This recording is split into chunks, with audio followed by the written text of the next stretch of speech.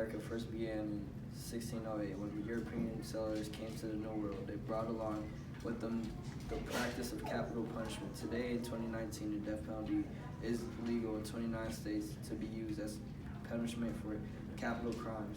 There are 5 different methods of execution through the death penalty: legal injection, electrocution, legal gas, fire squad, and hanging.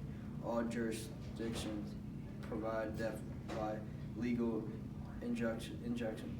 Only capital offenses will be punished with the death penalty, including espionage, treason, and murder.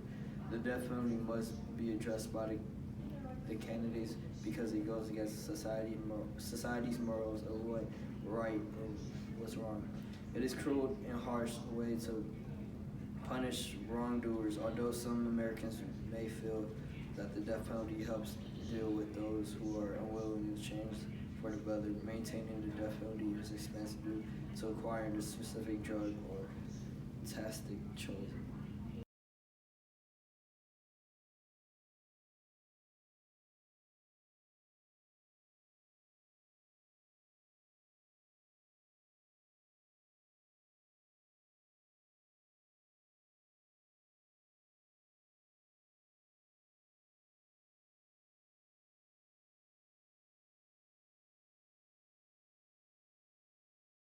You would think that the death penalty would be cheaper, but it's not. Every study that's been done statewide shows that a system of justice that has capital punishment is far more expensive than a system that doesn't. And that's because the cost of the death penalty isn't just the cost of an individual execution. It's the cost of all the cases in which the death penalty is pursued but not returned. It's the cost of all the cases in which the death penalty is returned but overturned.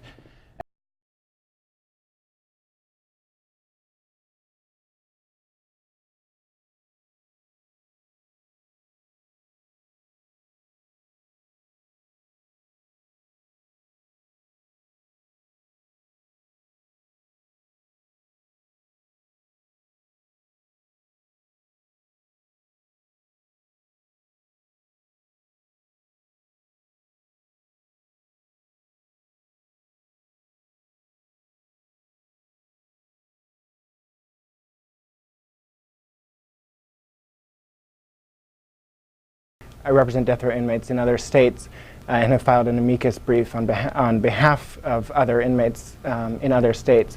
What the position of the petitioners in the Bays case is that the procedure that Kentucky and every other state that uses lethal injection has chosen to use is a 3-drug formula that involves 2 very dangerous drugs. The second drug, as Mr. Englert mentioned, paralyzes the inmate before he's killed and also stops his breathing and causes suffocation.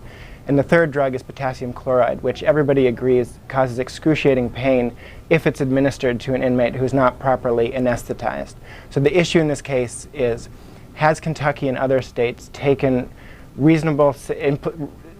steps to implement reasonable, readily available safeguards to ensure that the first drug, the anesthetic drug, is properly administered, so that the person being executed doesn't experience the conscious feeling of suffocation and the excruciating pain of the potassium chloride burning through his veins. And it's the petitioner's position, and it's our position, that the states have not taken reasonable safeguards to ensure that that first drug is adequately administered, and that in fact... What is your thought on the death penalty or capital punishment? I don't agree with capital punishment. Why? From my faith community, I don't believe that the government should put anyone to death. If Illinois decided to mandate the death penalty again, how would you improve the system of punishment? Or how would you change it fitting our society? If it was the law and we had to do it, I would try to make sure that it did not cause any pain, and that also every possible type of appeal would be exhausted before the person was actually put to death. Do you think the death penalty deters people from committing crimes? Do you think it stops them from committing crimes by having it in place? I don't think it does, because I think that most people who commit a crime either don't believe they're going to get caught or don't care if they get caught and want to and end up with the death penalty. We know that because we have an awful lot of violent crimes that go on where the person ends up taking their life at the end of the violent crime anyway. So I don't think that it actually is a deterrent. Does the death penalty help find closure for the families of the victims? It can. That's the one thing that I kind of grapple with. There are people who want to have that element of revenge, or if not revenge, at least closure.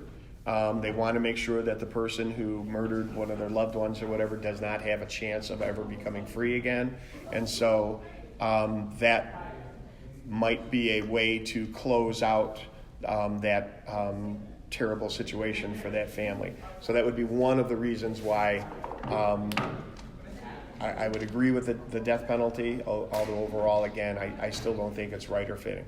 I think that those people should just be locked, should never be allowed to be free again. But I don't necessarily believe the government should kill them.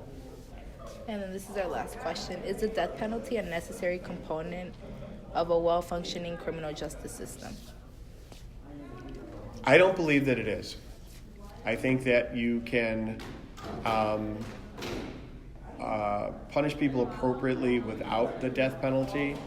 Can you give us some examples? Like, what would you do as a capital punishment instead of the death penalty, like as a major punishment? Well, I definitely would have to be life in prison. And I know a lot of people don't agree with that because it's like, well, why not just kill this person so that we don't have to feed them and take care of them and pay for them until they die? And I understand that argument. But I also think that some value can be gained from that person who committed that capital offense.